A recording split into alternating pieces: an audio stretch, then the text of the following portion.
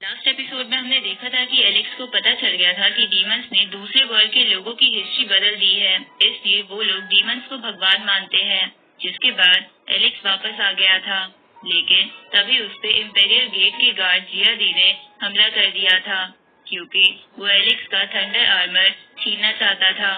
लेकिन तभी वहाँ सावेंग आ गया था, जिसने एलेक्स को बचा लिया था और वो उसे लेकर इम्पेरियल गेट के पास आ गया था, जहाँ एक एल्डर बैठे थे जिन्होंने जियादी को प्रिजन में रहने की सजा दी थी। और फिर उन्होंने एलेक्स से कहा था कि तुम्हारा थंडर आर्मर पुराना है, इसे ठीक करने की जरूरत है। अब आगे तो इस एपिसोड की शुरुआत में हम देखते हैं कि कई सारे एंशिएंट प्रीस्ट एंशिएंट गेट के पास आ गए थे, जिसके बाद उन लोगों ने एलेक्स के आर्मर को प्योरीफाई करना शुरू कर दिया था, जो वो एन्चेंटमेंट की मदद से कर रहे थे। साथ ही वो थंडर एम्परर की हिस्ट्री के बारे में बता रहे थे कि वो कितना महान योद्धा था और उसने अकेले ही कितने सारे डीमंस को मार दिया था। अब वो प्रीस्ट और सभी एल्डर अपने ब्लड की ड्रॉप को उस आर्मर में डाल देते हैं, जिसकी वजह से वो पूरी तरह प्योरीफाई हो जाता है, जिसकी वजह से वो ब्रोकन आर्मर बिल्कुल एक नए जैसे आर्मर में बदल जाता है। तभी एल्डर एलेक्स से कहते हैं कि तुम्हारा फ्यूचर बहुत ब्राइट होने वाला है। इसके बाद वो एल्डर एक फॉर्मेशन खोल के उसे वहाँ से जाने को कह देते हैं, तो एलेक्स उस फॉर्मेशन से दूसरी तरफ आ जाता है और बोलता है कि इस जगह पर मेरे 3000 कॉन्टिनेंट से काफी ज्यादा स्पिरिचुअल पावर है। इस तरफ उस जगह पर कुछ लोग बैठे हुए थे और वहाँ बैठकर एक बूढ़ा सा आदमी अपने कॉइन्स की मदद से फ्यूचर प्रेडिक्ट करने की कोशिश कर रहा था। तभी एक बंदा उससे कहता है कि क्या तुम रुक नहीं सकते, तुम कितने समय से यही करते जा रहे हो।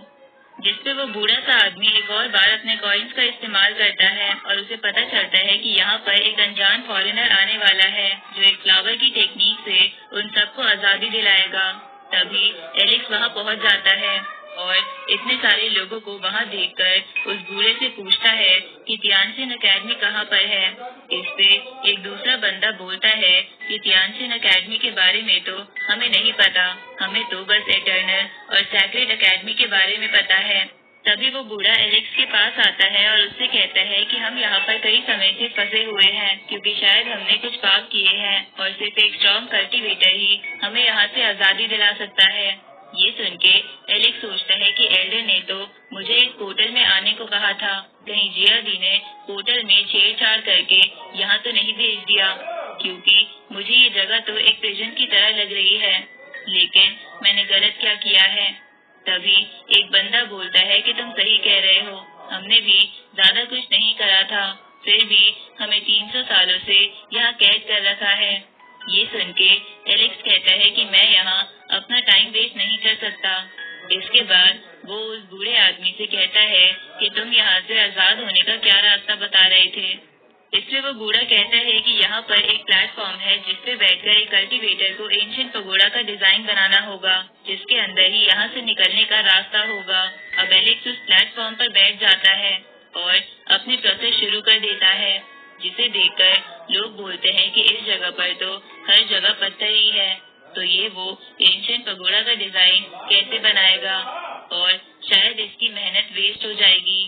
इस तरफ एलेक्स को महसूस होता है कि वहाँ पर एक अलग सा ऑरा है, और ऐसा ऑरा उसने तब महसूस करा था जब वो सेकेंड इमॉर्टल ऑरा जनरेट कर रहा था। अब एलेक्स वैसे ही प्रोसेस दोहराने लगता है और वो एंशिएंट पगोड़ा बना लेता है, जिसे देखकर सभी लोग हैरान हो जाते हैं और बोलते हैं कि इसके पास 3 इमॉर्टल ऑरा है, शायद इसकी वजह से ये ऐसा कर पाया।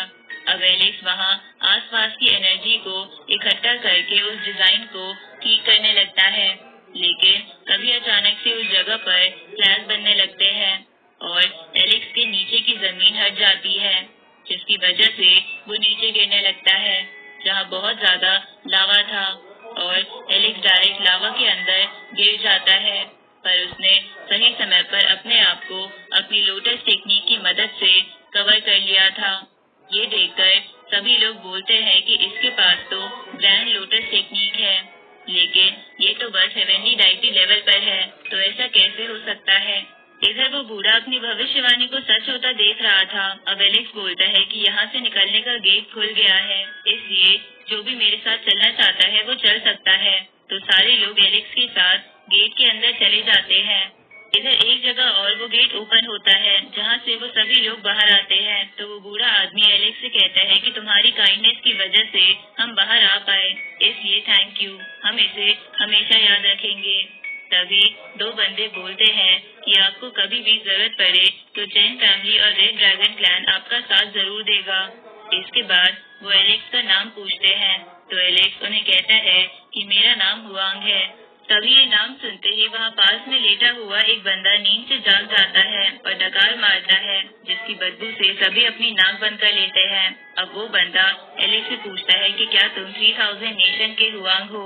इस पे एलेक्स कहता है कि तुम कौन हो। तो वो बंदा बोलता है कि मेरा नाम युआन किंग है और मैं यहाँ का गार्ड हूँ, और क्योंकि अकेडमी में एडमिशन लेने का टाइम खत्म हो चुका है, लेकिन फिर भी तुम इस फॉर्मेशन का इस्तेमाल करके यहाँ आ गए हो, इसलिए तुमने गलती कर दी है। अब ये बोल के वो अपनी वाइन की मदद से कई सारे नुकीले क्रिस्टल उनकी तरफ ले जाता है। इधर वहाँ खड़े लोग युआन किंग को देखकर कहते हैं कि ये तो वही युआन किंग है जो सेल्फ रिलीज लेवल से बस एक स्टेज पीछे है। तभी एक बंदा कहता है कि इसकी स्ट्रेंथ कई सारे सेक्ट्स के लीडर के जितनी है और सब इसको हाफ सुप्रीम बीइंग के नाम से जानते हैं। इधर ये सब एलेक्स भी सुन रहा था। तो ये सुन के वो अपने मन में बोलता है कि इसे यहाँ जरूर जियादी ने भेजा होगा। लगता है कोई नहीं चाहता कि मैं अकेडमी के अंदर शामिल हूँ। अब वो युआन किंग से बोलता है कि अब हमें क्या करना चाहिए। इस पे युआन किंग कहता है कि हर बार जब फॉर्मेशन ओपन होती है तो कई सारे रेयर मटेरियल्स वेस्ट हो जाते हैं, इसलिए मुझे कुछ खास स्पिरिट स्टोन्स दे दो तो शायद मैं तुम्हें यहाँ से जाने दूँ। इधर ये सुन के वो बूढ़ा आदमी और एक और बंदा आगे आते हैं और युआन किंग से कहते हैं कि इसने तो कुछ भी नहीं करा है, ऊपर से प्रिजन में भेजने से पहले हमें ऐसा कुछ बताया भी नहीं गया था। ये सुन के युआन किंग बोलता है कि शोर करना बंद करो, मैं तुम्हें कोई भी एक्सप्लेनेशन नहीं देने वाला, और जिसने भी भागने की कोशिश करी उसे मैं मार दूंगा। ये सुन के एलेक्स सोचता है कि मैं इस सिचुएशन का इस्तेमाल करके उन लोगों को शायद बाहर निकाल सकता हूँ जो छुपकर मेरे खिलाफ ये प्लान कर रहे हैं। अब एलेक्स उसे कहता है कि मैं तुम्हारी बात मानने के लिए तैयार हूँ। तो युआन किंग कहता है कि ये तो बहुत अच्छी बात है, मैं एक जगह जानता हूँ जहाँ तुम लोग जा सकते हो। आगे हम उस बूढ़े और बाकी लोगों को देखते हैं जिन लोगों को युआन किंग ने आजाद कर दिया था। इसलिए वो लोग वहाँ से जाते हुए बोल रहे थे कि युआन किंग ने हमारी एक एनर्जी सोर्स को कम कर दिया है और एलेक्स को कई सारे गुलामों के साथ प्रिमोडियल एंशिएंट माइन में भेज दिया है। हमें जल्द से जल्द उसके लिए कुछ करना होगा, क्योंकि प्रिमोडियल एंशिएंट माइन एक फोरबिडन प्लेस है जहाँ पर कई सारे एंसेस्टर्स ने अपनी जान गंवाई है।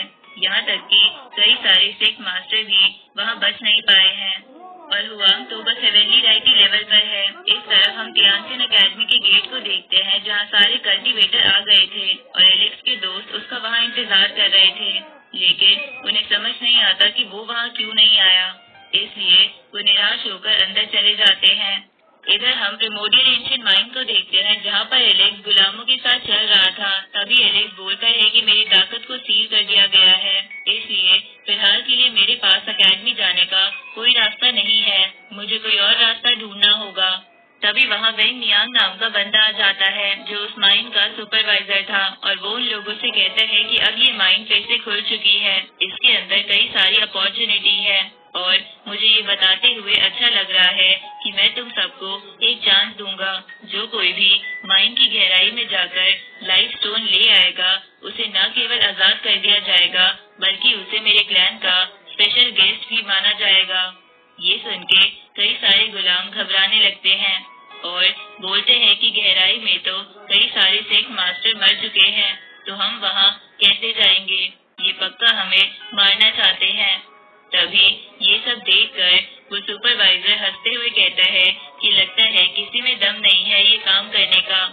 इस पे एलेक्स आगे आते हुए बोलता है कि मैं ये काम करूँगा। तो ये देखकर वो सुपरवाइजर एलेक्स की तरफ एक स्पिरिट डिटेक्टिंग स्टोन फेंकता है और हंसते हुए कहता है कि तुम सच में इसके काबिल हो। अब वो एलेक्स को उस माइन के अंदर भेज देता है, जहाँ जाने से पहले वो उससे कहता है कि मेरे क्लैन की मिस टियानजिन अकेडमी की कोर स्टूडेंट है जिसे मदद की जरूरत है और लाइफ स्टोन उनकी मदद कर सकता है और तुम इसके लिए बेस्ट कैंडिडेट हो। क्योंकि तुम्हारे पास 3 इमोर्टल ऑरा है। अब अचानक से एलेक्स उस माइन में नीचे गिरने लगता है और सरफेस में पहुंच के बोलता है कि मैं अब एक खतरनाक जगह पर हूँ, इसलिए मुझे संभल कर रहना होगा। तभी वहाँ पर वो एक डेड बॉडी को देखता है जो एलेक्स पर हमला करती है, लेकिन एलेक्स उससे बच के आगे बढ़ जाता है। लेकिन आगे भी बहुत सारी सोल्जर्स डेड बॉडीज थी, जिन्हें देखकर एलेक्स बोलता है कि पता नहीं ये लोग कितने सालों से यहाँ हैं। ये जगह एक शमशान से कम नहीं है। आगे एलेक्स एक स्पाइडर के वेब में गिर जाता है और वो स्पाइडर एलेक्स पर हमला कर देती है, जिसकी वजह से एलेक्स नीचे गिरता है और सोचने लगता है कि यहाँ पर जरूर कुछ है जो मुझे कमजोर बना रहा है। तभी एलेक्स को वहाँ एक लाइव पूल दिखता है जिसके अंदर एक पौधा सा लगा हुआ था। तभी पौधा एक एनिमल में बदलकर वहाँ से भाग जाता है, जिसे पकड़ने की एलेक्स कोशिश करता है, पर वो उसे पकड़ नहीं पाता। ये देखकर एलेक्स सोचता है कि कहीं उसने अपने हाथ से कुछ इम्पोर्टेंट तो नहीं गवा दिया। अब वो उस पूल के अंदर हाथ देता है, जिसकी वजह से उसकी चोट ठीक हो जाती है। अब एलेक्स उस पूल के बीचों बीच बैठकर उसकी सारी एनर्जी खींचने लगता है और खुद को ठीक करने लगता है।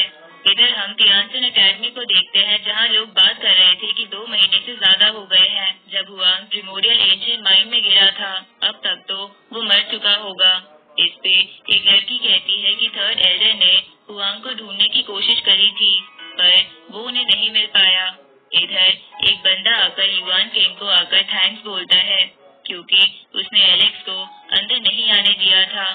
तो युआन किंग कहता है कि तुम्हें थैंक्स बोलने की जरूरत नहीं है, एक पापी खून वाले बंदे को मैं अंदर कैसे जाने दे सकता था।